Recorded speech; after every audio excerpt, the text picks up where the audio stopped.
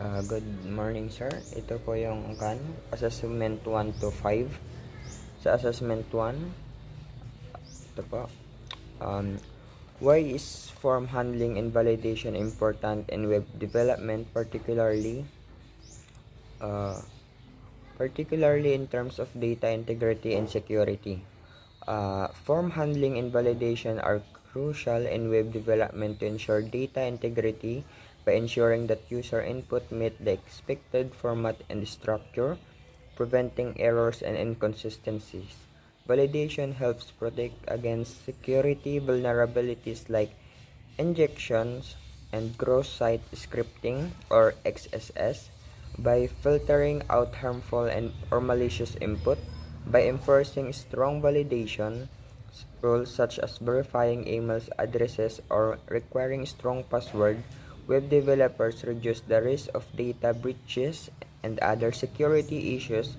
Proper form handling also enhances user experience by providing real-time feedback, guiding users to correct any mistake before submitting data. Additionally, it ensures that only valid and complete data is processed, streamlining the data storage and improving the efficiency of web application. Yung validation po is para po sila yung nagko-correct po sa atin, gaya po ng kung yung password po natin is uh, mahina, binibigyan po tayo ng parang message na yung password natin is kailangan natin magdagdag ng mga symbols or numbers po. Ganun po. And dito sa number 2, what are some key Laravel features that help prevent security vulnerabilities such as SQL injection and cross-site request forgery, CSRF, which handling form data? Laravel provides robust security features to protect application from vulnerabilities. The eloquent ORM automatically prevent SQL injection by using parameters rise queries, ensuring user input is safely handled. CSRF protection is built-in, and Laravel automatically includes a CSRF token in form using the @CSRF directive protecting against unauthorized form submission. Input validation ensures that valid data is processed. Using rules like required email to sanitize the validate form inputs, additional Laravel hashes password using crypt before storing them ensures sensitive data remains secure even if the database is compromised. Dito naman po is nagdadagdag po sila ng protection at ginagamitan po yung mga password ng hash para hindi agad-agad ma-access pag may magtangka po na buksan or kunin yung password or information ng isang site.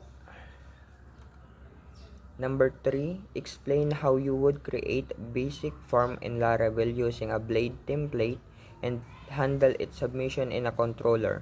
Include in an example of how you would define validation. To create a basic form in Laravel, you first need to define the form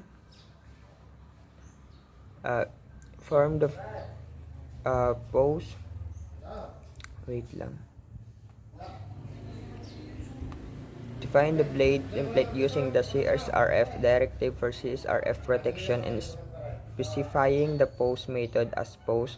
For example, in a contact blade.php file, you can create field for name and email and display validation errors if any.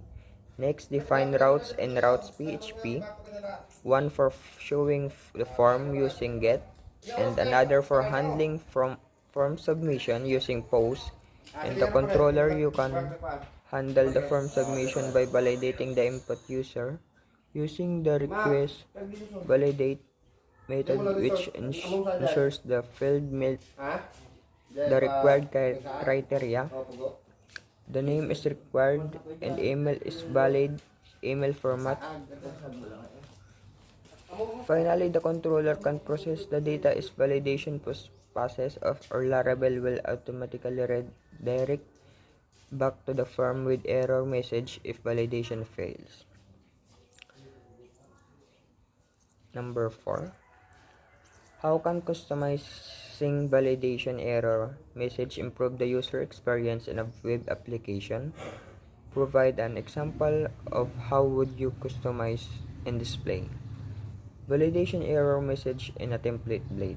Customizing validation error message can signify improve the user experience in a web application by providing clear, user-friendly feedback. Default error message are often generic like the name field is required, which may not be helpful for user. By customizing this message, you can make them more specific, guiding user on how correct their input and making the experience feel more personalized. Dito naman po is yung uh, gaya ng mga names. Pag hindi mo na fill upan yung isang field or isang row, nagpapakita siya na kailangan mo siyang fill upan bago ma-access yung next na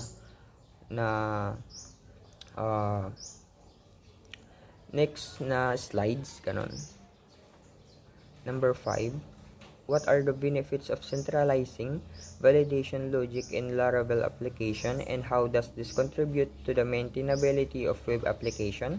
Centralizing validation logic in Laravel leads to reusability, consistency, and maintainability. It ensures the application remains organized, easy to update, and scalable as it grows. With decentralized validation, developers can easily manage and modify validation rules without repeating codes, leading to fewer errors and more efficient development process. Ito po yung mga benefits niya: reusability, consistency, easier maintenance, separation of concern, and improved testability. Assessment 2. Number 1. What is the role of middleware in Laravel authentication system and how does it help protect routes and resources from unauthorized access? In Laravel, middleware act as a filter and that check requests before they reach the application, ensuring users are authenticated. The auth middleware, for example, protects routes by verifying that the user is logged in. If not, they are redirected to the login page. Middleware can also be used for role-based access control, ensuring that only users with specific roles or permission can access certain resources. Custom middleware can be created for more specific checks, like verifying the user's account is active before granting access. Overall, middleware helps safeguard routes and resources, improving the security and maintainability of the application. Dito naman po is parang classify niya po yung mga pumapasok po sa site. Kaya po ng example po, yung isa is admin and yung isa po is staff. And nagbibigay din po ito ng protection, dagdag na protection po para hindi mo makapasok yung kahit sino po yung makakita ng link or makakita ng website, and kailangan po nila ng additional security. Number 2, how does Laravel built-in authentication system handle users registration and login, including the management of session tokens and validation of input data?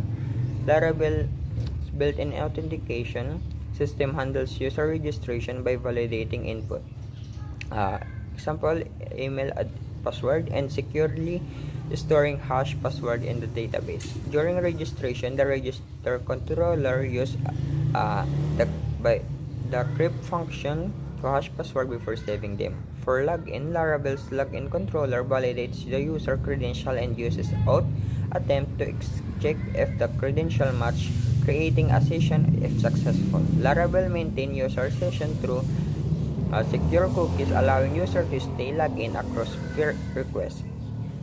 Input validation is handled automatically, ensuring user data meets security and format requirements before any action are taken.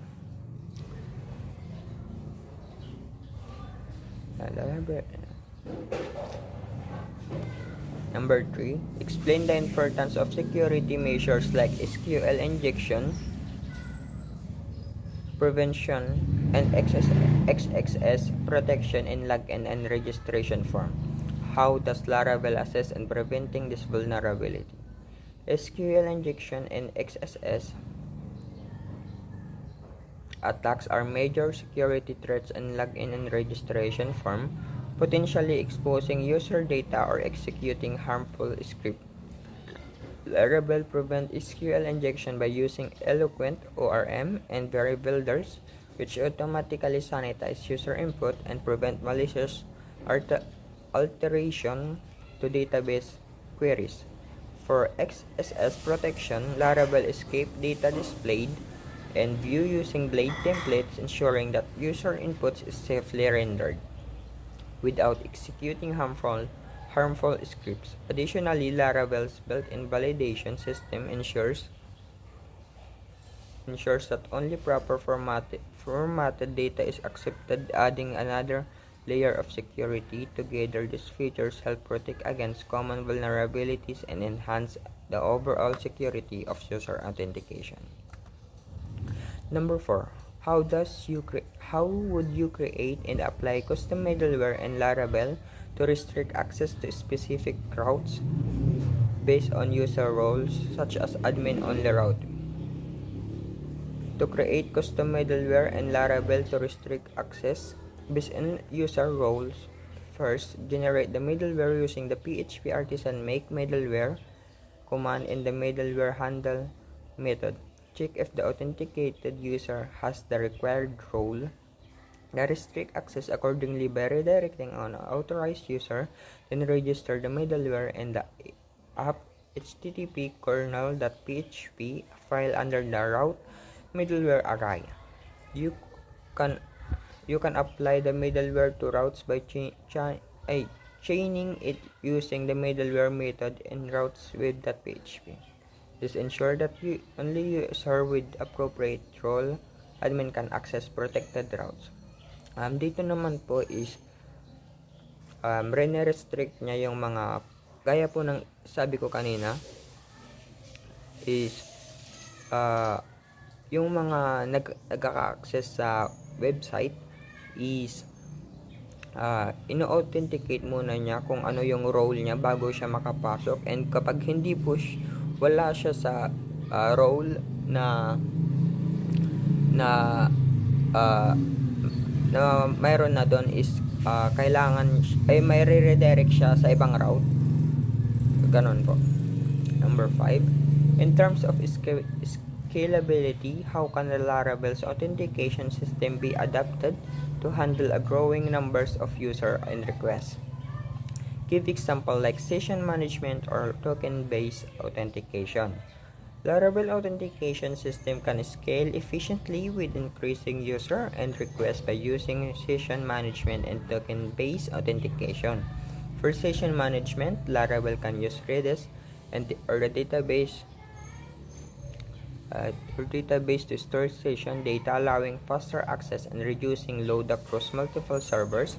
For API-based application, Laravel support token-based application via package like Laravel Sanctum or Passport, enabling stateless authentication that doesn't rely on session and can handle a large volume of requests.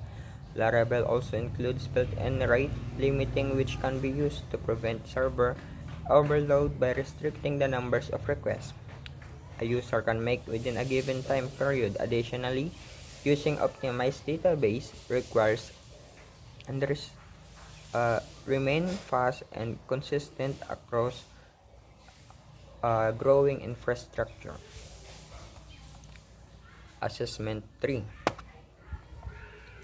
What are the key steps involved in implementing the create operation in Laravel, and how to Blade views and form handling play a role in the process? To implement the create operation in Laravel, first define the get route to display the form in a post route to handle the form submission. The controller create method returns the blade view with the form, and the store method validates the input and save the data to the database. Blade views are used to create the HTML form with the @CSRF direct directive for security. The form is validated in the controller before stored using Eloquent. After successfully creating the resource, the user is redirected with success message. Number 2, explain the importance of data validation and sanitization of in-CRUD operation. How does Laravel ensure security when handling user inputs during this operation? Data validation and sanitation are crucial in CRUD operation to ensure that only valid, clean, and secure data is processed and stored in the database. Laravel provides built-in validation rules to check user input for correct formats, such as ensuring an email is properly formatted or password meets certain criteria. This prevents malicious or incorrect data from being stored, which could lead to security vulnerabilities like SQL injection or data corruption. Additionally, Laravel automatically sanitizes user input by escaping special characters in form and views to prevent cross-site scripting attack. By combining this validation and sanitation techniques, Laravel ensure that user is secure, preventing harmful data and compromising the application. Yung data and sanitation is prevent niya yung mga iba't iba pang mga harmful na pwedeng makasira sa sites. Number 3, describe how you would implement the read operation in Laravel to retrieve and display data from the database using both a controller method and a blade view. To implement the read operation in Laravel, first, define a route that points to a controller method responsible for fetching data. In the controller method, use Eloquent or query builders to retrieve the data from the database, such as items, all, to get all records. Pass the retrieved data to a blade view using the return view function. Passing the data as a variable in the blade view, loop through the data with the for each directive to display it dynamically in HTML, such as in Blade. This allows the data to be displayed on the front end, providing an easy way to show database content the user. Number 4, what is the purpose of the update operation in Laravel, and how would you handle DORM submission to modify existing data entries and database? The purpose of the update operation in Laravel is to modify existing data entries in the database to handle form submission. For updating, first define the route displaying the form with the current data and another route to process the form submission. And the controller retrieve the record to be updated using Eloquent find or fail method, then validate the update in the data using request validate and model update. The blade view display a form pre-filled with existing data, allowing the user to make changes after form submission. The controller save the updated data and redirect the user with a success message. Dito naman po is yung purpose niya po ng update operation is pag may bago pong idadagdag or may kailangan pong idadagdag is ginagamitan po natin siya ng update, and pag natapos na yun may magpapakita po na message na yung ilalagay mo or nalagay mo na is successfully na nalagay po sa database. Number 5, how can you ensure that the delete operation in Laravel is secure and prevent accidentally or unauthorized data removal? What role does validation play in this process? To ensure that the delete operation in Laravel is secure, you can implement authorization checks to confirm that the user has permission to delete the specific records. This can be done using Laravel built-in authorization features such as gate or policies to restrict access based on user roles. Additionally, implementing soft deletes ensure the data is not permanently removed, allowing for recovery if the deletion was accidental. Validation also play a role by confirming that the correct records is being deleted, such as validating the ID of the item being passed to the delete methods. By combining authorizations, soft deletes, and validation, you can secure the delete operation and reduce the risk of accidental and authorized data removal. Dito naman po is may nagpapakita naman po pag na-click mo yung delete is may magpapakita message na parang are you sure, do you want to delete, and kung accidental naman po is mayroon naman pong pang-recover. Assessment 4. What is the purpose of Google reCAPTCHA and how does it enhance the security of web application when integrated with forms? The purpose of Google Web Application reCAPTCHA to protect web application from spam and abuse by distinguishing between human user and automated bots. It enhances the security by requiring user to complete a challenge such as selecting image or resolving puzzle, which bots typically cannot do by integrating reCAPTCHA with forms. It prevents malicious bots from committing spam or executing automated attacks like brute force login attempts, and reduce the risk of form abuse such as fake registration or fraudulent submission. Overall, reCAPTCHA acts as extra layer of defense, ensuring that only legitimate user can interact with the form. Yung reCAPTCHA naman po is parang isang lang po ng additional protection sa pag-register ng mga personal information natin. Describe the process of obtaining and registering reCAPTCHA site and secret keys from Google. Why is it important to update the domain when moving from localhost from production environment? To obtain and register reCAPTCHA site and secret keys from Google, you first need to visit the Google reCAPTCHA site, then sign in with your Google account. After login, click on the admin console and register a new reCAPTCHA by selecting the type v2 or v3 and entering your domain or localhost for development. Google will then provide you with two keys: a site key used in the front end to render the reCAPTCHA widget, and a secret key used server side for verification. When moving from localhost to a production environment, it is important to update the domain in the Google reCAPTCHA settings to ensure the reCAPTCHA works correctly in your live site. If you don't update the domain, the site key may not work on the production domain, leading to failed verification attempt and broken functionality. Number 3. How would you integrate reCAPTCHA into Laravel form? Outline the steps from installing the necessary package to adding the reCAPTCHA field in the form.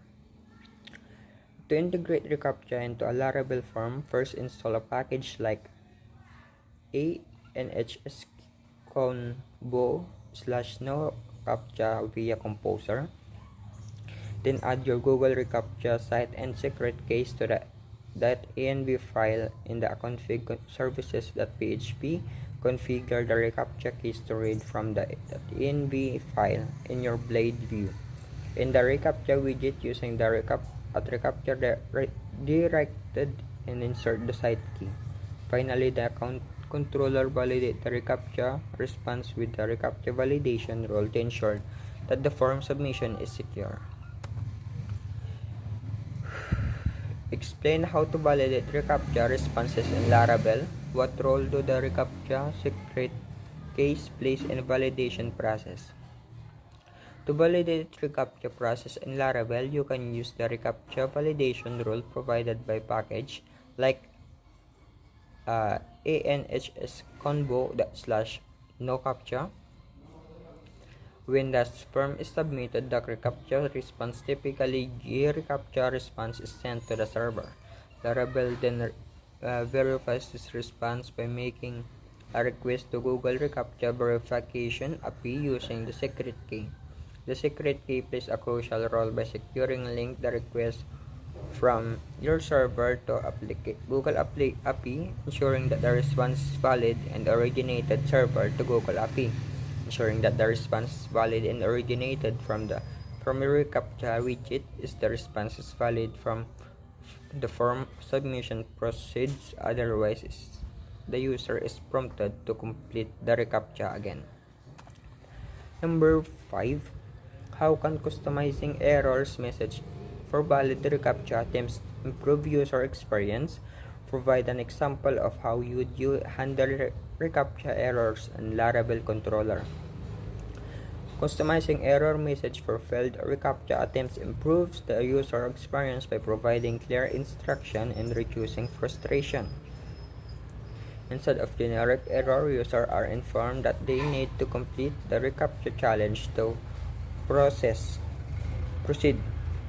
In Laravel, you can customize the error message by adding custom validation message in the controller using the message method. For example, you can specify a user-friendly message if the reCAPTCHA validation fails.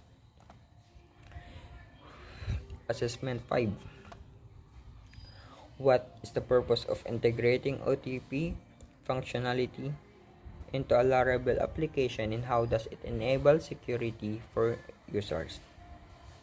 Integrating OTP one-time password functionality into a Laravel application enhances user security by providing an additional layer of authentication beyond traditional password.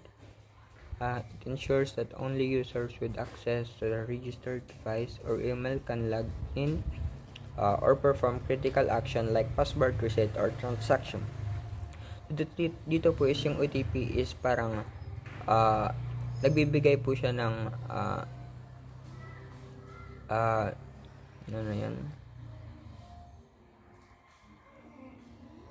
action, parang nagsisend siya ng message doon, gaya po ng dito po sa laptop. Pag in-access mo po yung isang account mo dito, and pag connected siya sa cellphone mo, may magsisend na password para ma-verify kung talaga bang ikaw yung nag-login dito. Describe the process of generating and sending OTP via email in Laravel. What configuration steps are needed in the env file to set up email functionality? Generate and send OTP via email in Laravel.